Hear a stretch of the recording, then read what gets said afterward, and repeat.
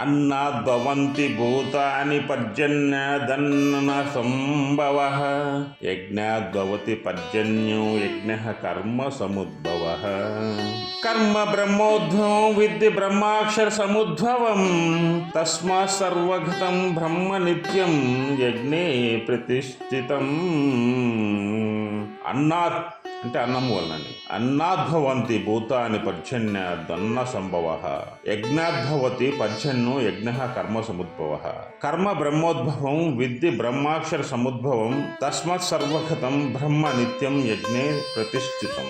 ఈ శ్లోకంలో అన్నాత్ అంటే అన్నము వలన, భూతాని అంటే ప్రాణులు, భవంతి అంటే కలుగుతున్నవి, పర్జన్యాత్ అంటే మేఘముల వలన అని, అన్న సంభవ అంటే అన్నము కలుగుతున్నది అని, యజ్ఞాత్ అంటే యజ్ఞము వలన, పర్జన్య అంటే మేఘము అని, భవతి అంటే కలుగుతున్నది అని, యజ్ఞ అంటే యజ్ఞము, కర్మ సముద్భవ అంటే సత్కర్మాచరణ వలన అంటే సరైన పనులు చేయటం వలన అని అర్థం. కర్మ అంటే సత్కర్మ మంచి పనులు అని, బ్రహ్మోద్భవం అంటే వేదము వలన కలుగుతున్నది అని, బ్రహ్మ అంటే వేదము, అక్షర సముద్భవం అంటే అక్షర పరమాత్మ వలన కలుగుతున్నది అని, తస్మాత్ అంటే అందువలన, సర్వగతం అంటే అంతటా వ్యాపించిన అని, బ్రహ్మ అంటే బ్రహ్మము అని, నిత్యం అంటే ఎల్లప్పుడూ అని, యజ్ఞే అంటే యజ్ఞం నందు అని, ప్రతిష్ఠితం అంటే ఉంచబడినది కనుక అని, విద్ధి అంటే ఎరుంగుము అంటే తెలుసును అని అర్థం అన్నమాట. ఈ శ్లోకానికి తాత్పర్యం ఏంటంటే ప్రాణులు అన్నము వలన కలుగుతున్నది, అన్నము మేఘముల వలన కలుగుతున్నది, మేఘము యజ్ఞము వలన కలుగుతున్నది, యజ్ఞము సత్కర్మల వలన కలుగుతున్నది, సత్కర్మ వేదము వలన కలుగుతున్నది, వేదము అక్షర పరబ్రహ్మల వలన కలుగుతున్నది. కాబట్టి సర్వవ్యాపకమగు బ్రహ్మము నిరంతరము యజ్ఞమునందు ప్రతిష్ఠింపబడిన దాని వలె ఉన్నది. ఇక్కడ ఏంటంటే మీకు ధర్మచక్రాన్ని తీసుకున్నట్లయితే కాలధర్మచక్రాన్ని, బ్రహ్మము, ఈ బ్రహ్మము వలన వేదం కలుగుతున్నది, ఈ వేదము వలన కర్మ జరుగుతున్నది, ఈ కర్మ వలన యజ్ఞం జరుగుతున్నది. ఇక్కడ కాలచక్రం కానీ ధర్మచక్రం కానీ ఇక్కడ నడిపించే అంటే బ్రహ్మము, వేదము, కర్మ, యజ్ఞములు ఇవే వీటిని నడిపిస్తూ ఉన్నాయి. దీనికి మనం తాత్పర్యానికి వెళ్ళినట్లయితే బ్రహ్మము వలన వేదము, వేదము వలన సత్కర్మ, సత్కర్మ వలన యజ్ఞము కలుగుతున్నాయని ఇక్కడ మనం చెప్పుకుంటున్నాం. యజ్ఞం నందు బ్రహ్మము సదా ప్రతిష్ఠ అయి ఉండటం అనేది జరుగుతుంది అలా మనం చెప్పడం. కనుకని యజ్ఞాదులు మహా విచిత్రములై చిత్తశుద్ధి కారకములై మోక్షప్రదములై చెప్పబడుచున్నవి. అంటే ఇక్కడ యజ్ఞములనేవి మనిషి జీవితంలో యజ్ఞం అనేది ఎలా తెలుసుకుంటుంది, వాళ్ళ జ్ఞానం అనేది పెంపొందించినప్పుడు వాళ్ళకి యజ్ఞం ఎలా చేయాలో తెలుస్తుంది. ఈ యజ్ఞం వలన మనం సరైన విజ్ఞానం చేసినట్లయితే ప్రపంచంలో అంటే దేశంలో ఉన్న ప్రాంతంలో ఎక్కడైతే యజ్ఞాలు జరుగుతాయో ఆ ప్రాంతంలో మేఘాలు వస్తాయి, మేఘాలు వర్షిస్తాయి, మేఘాలు వర్షించడం వలన నీరు వస్తుంది, నీరు ఉద్భవించడం వలన సకల కోటికి ఆకలి దప్పులు తీర్చిన వారు అవుతారు. ఈ నీరు లేకుండా పంటలు పండవు కదా, అందువల్ల యజ్ఞం అనేది చాలా గొప్పది. ఈ యజ్ఞాలు చేసే వాళ్ళు ఎవరైతే యజ్ఞాలు చేస్తారో వాళ్ళు మోక్షాన్ని పొందుతారు అనేది ఇక్కడ భావము. అదేవిధంగా ఇక్కడ ఇంకో మాట ఉంది, యజ్ఞాద్భవతి పర్జన్య అంటే యజ్ఞంలో వలన వర్షము కురుచున్నది అనేది దాని యొక్క మీనింగ్ అనమాట. అదే ఇక్కడ చాలా మంది ఏం చేస్తారంటే జనులు చాలా మంది నేను చాలా గొప్పవాడిని, నాకు అన్నీ తెలుసు, నేను సర్వజ్ఞుణ్ణి, నేను చెప్పింది మీరు వినాలా అనే ఒక ధోరణిలో ఉంటారు. అలా ఎప్పుడు ఉండదు. మొత్తము కూడా ఈ సర్వాంతర్యామి ఆధీనంలోనే ఉంటాం. సర్వాంతర్యామి ఎవరు? మహాశివుడు, శ్రీకృష్ణ పరమాత్ముడు.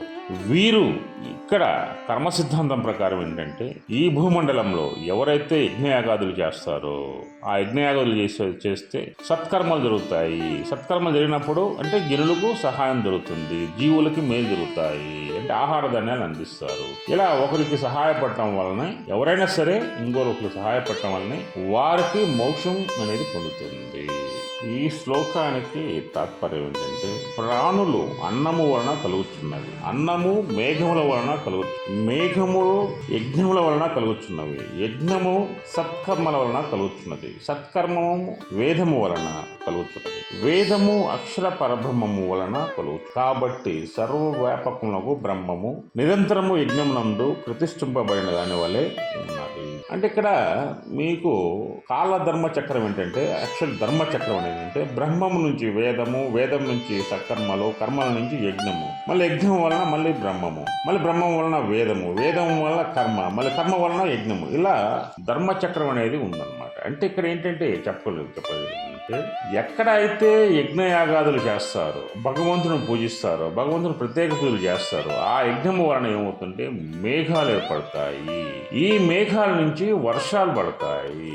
ఈ వర్షాలు పడినప్పుడు, ఈ వర్షాలు జన్మించినప్పుడు మీకు మా ధనులకు ఆహారం అనేది వస్తుంది. ఈ ఆహారం నుంచి జీవులు పుట్టుకొస్తాయి, జీవులు జీవిస్తాయి, జీవులు పుట్టుకొస్తాయి. అయితే ఇక్కడ చాలా మందికి తెలియని విషయం ఏంటంటే, మన ఇల్లు ఉంటుంది, ఇంట్లో అన్ని డోర్స్ క్లోజ్ చేస్తున్నాయి, కానీ కొన్ని సూక్ష్మజీవులు ఇంట్లో ఉద్భవిస్తాయి, ఆటోమేటిక్గా ఉద్భవిస్తాయి. ఎందుకు ఉద్భవిస్తాయి అనేది ప్రపంచంలో ఇంతవరకు ఎవరు చెప్పలేకపోయారు. అదేవిధంగా జీవం అనేది ఆహారం వల్ల అనేది జన్మిస్తుంది. ఇది చాలా ఇంపార్టెంట్ విషయం. అదేవిధంగా ఇక్కడ ఎవరైతే ఏ ప్రాంతంలో అయితే సత్కర్మలు చేస్తారో, సరైన కర్మలు చేస్తారో, సమాజానికి మేలు చేసే కర్మలు చేస్తారో, ఆ కర్మలు చేసినప్పుడు, ఆ సకర్మలు చేసినప్పుడు వాళ్ళు యజ్ఞం చేయడానికి అర్హత సాధిస్తారు.